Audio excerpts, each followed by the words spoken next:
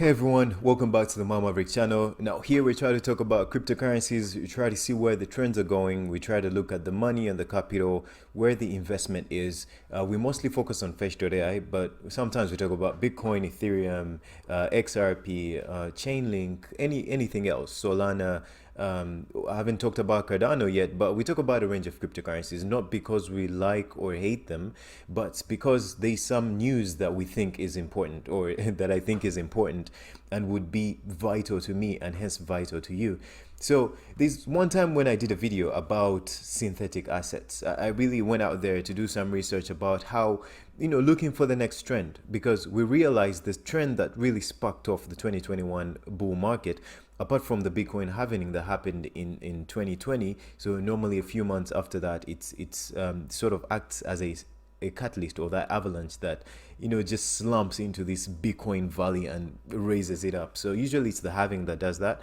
But then we also had decentralized finance that really, if you make a direct comparison with 2017 with the ICOs, this time it was coins affiliated with decentralized finance, and in the mix there came NFTs.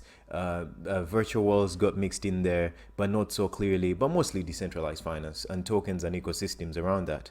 So one time I did a video about synthetic assets. So what a synthetic asset is, in short, is if you think about traditional assets, for example, if you look at the stock market, you look at Tesla, you look at Amazon, you look at Microsoft.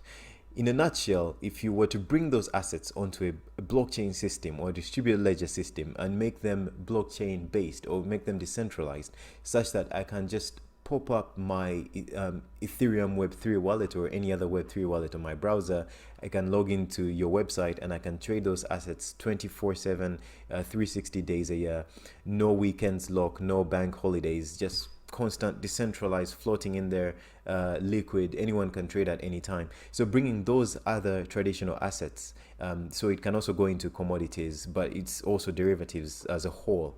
So that's, in short, that's what synthetics is, bringing a price feed from traditional assets or physical assets onto the virtual, especially blockchain space.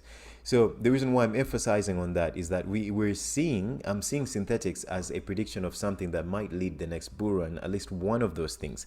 The idea of giving people an opportunity to trade traditional assets so easily on the blockchain space, because we all understand trading things in the blockchain space, blockchain makes it so much easier, and the barrier to entry becomes very minute. It almost just boils down to having a smartphone and internet connection. That's it. That's pretty much it. You don't need any permission from anyone, or you don't need to succumb to the limitations of your geographical location. So anyway, so we have here an example of FTX, which is an exchange. This is a CEO here. This exchange has apparently raised $900 million, which is apparently the highest Series B raise funding money that's ever happened in this crypto space, and that has placed the company, I thought it was bullish.com, which was an exchange that was a domain name bought by the EOS Block.one company that's whose founders of Block.one are the makers or the founders of the EOS blockchain. They had raised some money with their exchange, which is bullish.com, which gave it a valuation, I think, of about 3 billion, 4 billion. Don't quote me on that, I'm not too sure. So here we're seeing FTX being valued at $18 billion. So, and guess what? This exchange, which has raised the most Series B funding, at least as far as we're concerned, is essentially in the derivative space. It's in the space of what we refer to as synthetics, the synthetics arena. So that's all I wanted to say about that article. I think that's pretty interesting in terms of that sentiment. This is the exchange. I haven't used it, but if you want to, you can go try it out. But personally, I haven't used it. I just found it interesting. And tying that into MetaLex, of course, my favorite Fetch.AI, their team is building the MetaLex exchange, which is in contact with the DIA platform. They just did a MetaCast conversation. Vlad, the guy in charge of the MetaLex, or the spokesperson person. I think he's also on the technical team. He had a conversation with a representative, a lady from the DIA ecosystem, talking about oracles. And then it was a pretty interesting conversation. I liked how specifically at some point she mentioned that you can use NFTs or non-fungible tokens with a sophisticated oracle tracking algorithm that allows them, for example, if those NFTs are representing a sport that's going on, let's say there's football going on, or soccer, or basketball, or rugby. So essentially, as somehow the value of the game, as the game proceeds, and as the scores tend to one team or another, that those dynamics that are changing as the game is going on, that make it more valuable, less valuable, they have an NFT, a non-fungible token that's tracking the value of what is happening. So at the end of that match, you have an NFT that's either more or less valuable than before the game started. So such concepts, they help us to realize that we don't have a very sophisticated perception of where the space is going to go, but we try and put two and two together with the little information that we keep grabbing from here and there, and trying to map out where this cryptocurrency space is going, because it can tend to be overwhelming sometimes. So that is MetaLex for you. This video I wanted to be quite short, but I hope it has an important point that's being driven across. Here we have from Moonshot Josh, who's one of the most favorite consistent supporters of the Fetch.AI ecosystem, and he posted one of the first videos of Fetch.AI Updates. A unique view of itself, precisely adapted to each of its inhabitants, digital entities that we call autonomous economic agents. Agents work tirelessly together or alone to create tailored solutions to complex problems. They can gather, transform, and package information and services and deliver precisely what you want right to your doorstep. Amongst the many applications of such a technology is optimizing transport solutions. Your representative agent will see just the agents that it needs, or indeed might need. A visual cone of relevancy where those with the most immediate importance are larger and clearer. Fuel and food stops, traffic warnings, and more move in and out of focus for the optimal view for problem solving. Solutions can involve components never seen before, identified by Fetch's collective intelligence as being useful. Today's smart home is another place where a large population of agents working to solve problems from the bottom up has enormous value. Sensor information sells its value opportunistically. Devices work together to provide a seamless, context-sensitive experience in your house, and appliances switch on and off after negotiating the most effective price with the service providers. This is a fluid, dynamic world where things can change in an instant.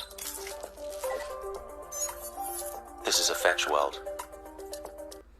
So essentially, that's one of the earliest videos of Fetch, and that's the voice you're hearing. That's Toby Simpson, who's the co-founder of Fetch.AI and the former CTO, and he's currently, I think, I always forget his new title, but that's his voice that you're hearing. Very passionate guy, together with Human Chic, and there was a third member as well. He's not also as out there. He's not as he's not as outspoken as some of the other members. But so the company was essentially founded by those three people, mainly Human Chic and Toby Simpson, and that's his voice that you're hearing in there, and it's summarizing what the essence of Fetch.AI is, essentially enabling that human to machine interaction within dynamic environments while leveraging the power of artificial intelligence and machine learning.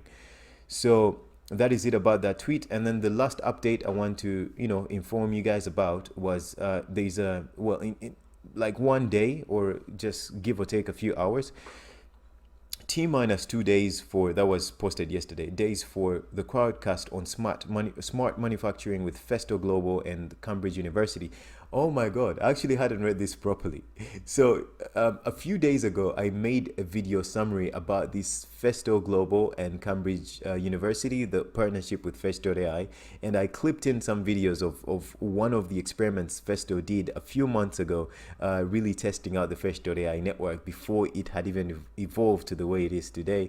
And also Cambridge University was demonstrating something to do with supply chain. These are some of the best demonstrations of how distributed ledger technology can be used, especially something that's leveraging autonomous economic agents and artificial intelligence and machine learning. These were very exciting demonstrations of what these companies are doing. So from within seeing these demonstrations, those products resonate, the passion that these people have and the belief that they have in what this technology is going to do.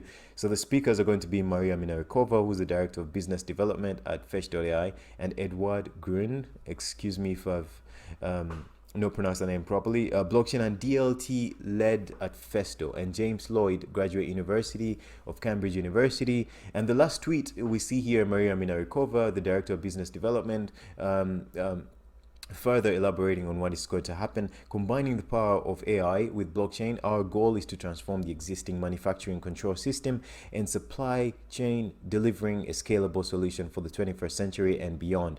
Join us to learn more about our something. I didn't complete it. So guys, these are some of the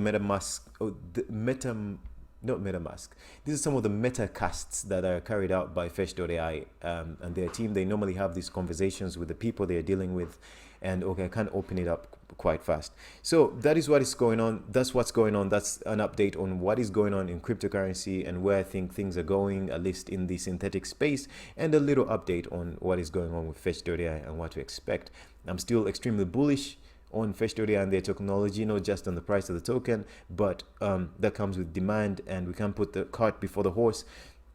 As they build a usable product and as demand increases, hopefully we hope that the value of the token also goes up, follows that trajectory as well. And hopefully we have an exponential explosiveness in the value of the token in the future.